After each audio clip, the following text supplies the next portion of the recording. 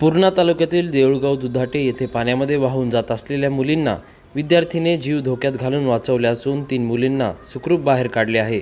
साक्षी विलास कांबळे, ऋतुजा विलास कांबळे, गुड्डी दलित नंदन सोनकांबळे आणि अन्य एक अशा 4 मुली आईसोबत गोदावरी नदीवर पोहण्यासाठी गेल्या होत्या।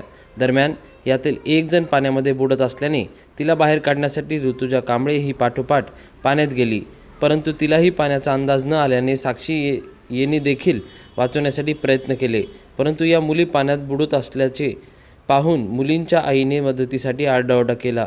त्यावेळी परिसरात असलेल्या शालेय विद्यार्थिनीने पाण्यामध्ये उतरून तिघीला बाहेर काढले आहे।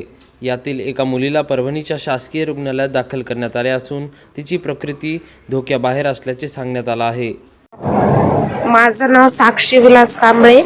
मी देऊळगाव दुधाटे इथल्या नदीत गोदावरी नदीत पोहण्यासाठी गेले होते।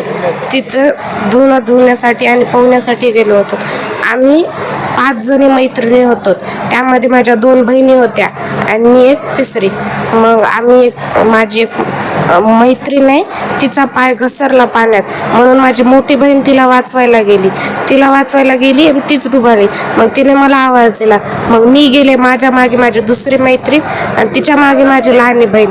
मग माझ्या मम्मीने साडी टाकून त्या पोरीला आम्हाला वाचवण्याचा प्रयत्न केला, पण जी डुबली होती तीच बाहेर निघाली। आणि मग इकडे बाजूला मुलं होते, त्यांना आवाज देऊन बोलवलं आणि त्यांनी बाहेर काढले। मी बेशुद्ध पडले होते तेव्हा। हो। प्रतिनिधी रियाज कुरेशी, DLP न्यूज, परभणी।